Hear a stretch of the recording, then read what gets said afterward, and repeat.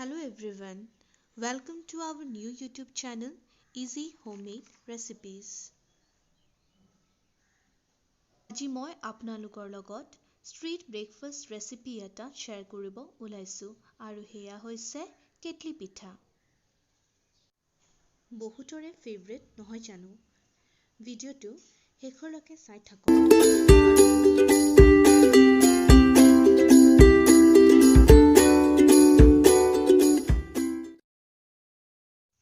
কেটলি পিঠা বনাবলৈ ইনগ্ৰেডিয়েণ্টছ লাগিব 2 কাপ পিঠাগুড়ি, 1 কাপ নাৰিকলৰ গুড়ি, গুড়, নিমখ আৰু মিক্সচাৰটো বনাবৰ কাৰণে এটা ডাঙৰ বাচন লৈ ল'ব। প্ৰথমতে 2 কাপ পিঠাগুড়ি দিলোঁ।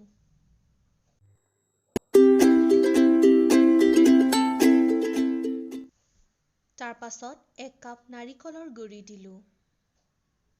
আৰু শেষত 1 চামুচ নিমখ দিলোঁ। তাৰ পাছত মিক্সাৰখিনি মই ভালদৰে মিক্স কৰি ল'লোঁ। মিক্সাৰখিনি মিক্স কৰাৰ পাছত 1 গ্লাছ পানী লৈ ল'ব আৰু অলপ অলপকৈ পানী দি থাকিব লাগিব যেতিয়ালৈকে কনচিষ্টেন্সিটো নাহে।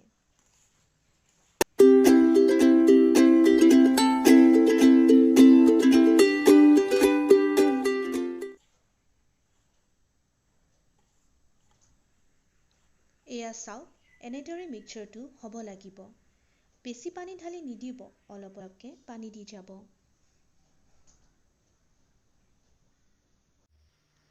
তাৰ পাছত 8-10 মিনিটৰ কাৰণে মিক্সচাৰখিনি ৰাখি থৈ দিব। এতিয়া গেছটো জ্বলাই ল'লোঁ আৰু কেটলিটো পানী ভৰাই পাতি দিলোঁ। আৰু এটা টিপছ হ'ল যে কেটলিটো ফুল কৰি পানী নিদিব, নহ'লে পিঠাটো দিওঁতে অসুবিধা হ'ব। পানীখিনি দেখিছে, এনেদৰে উতলি থাকিব লাগিব। তাৰ পাছত মই কেটলি ঢাকনখন নমাই আনিলোঁ। এতিয়া এনেদৰে কোমল কটন কাপোৰ এখন লৈ পানীত তিয়াই ল'লোঁ। তিওৱাৰ পাছত মই কাপোৰখন ভালদৰে চেপি ল'লোঁ। চেপাৰ পিছত কাপোৰখন ছাইডত থৈ দিব কিন্তু। কাপোৰখন ড্ৰাই হৈ যাব নিদিব। যদি ড্ৰাই হৈ যায় আকৌ তিয়াই ল'ব।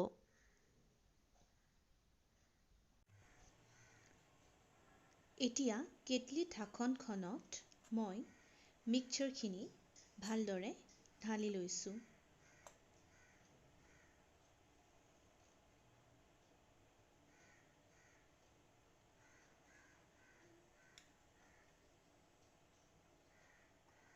তাৰ পাছত অলপ গুড় দি ল'ব।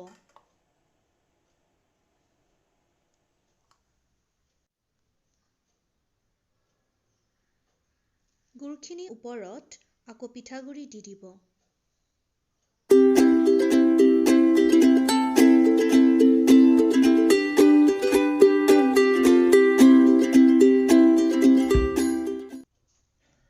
এতিয়া তিয়াই লোৱা কাপোৰখন এনেদৰে ঢাকনিখনত গাঁঠি ল'ব।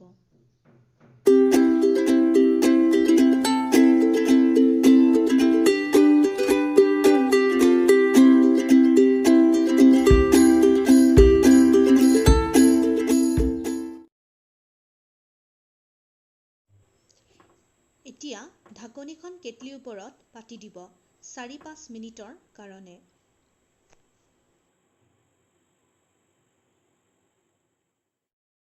পাঁচ মিনিটৰ পাছত গেছটো অফ কৰি ল'ব আৰু ঢাকনিখন নমাই আনিব।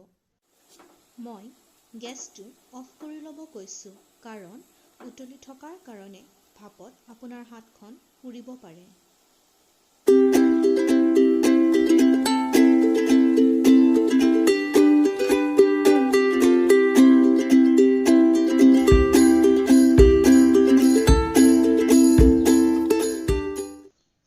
লাহেকৈ মই কাপোৰখন ঢাকনিখনৰ পৰা এৰাই লৈছোঁ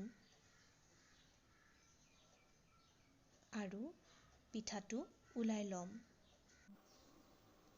এয়া চাওক, এনেকৈ মই আৰু কেইটামান পিঠা বনাই লৈছোঁ।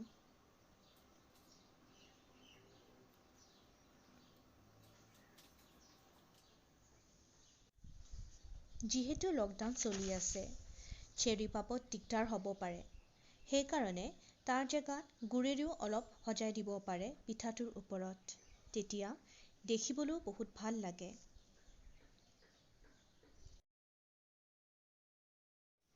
এয়া দেখিছে, এনেদৰে মই গৰম গৰম পিঠা বনাই ল'লোঁ, যোনটো আমি একদম কম ইনগ্ৰেডিয়েণ্টছ আৰু একদম কম সময়ত বনাব পাৰোঁ।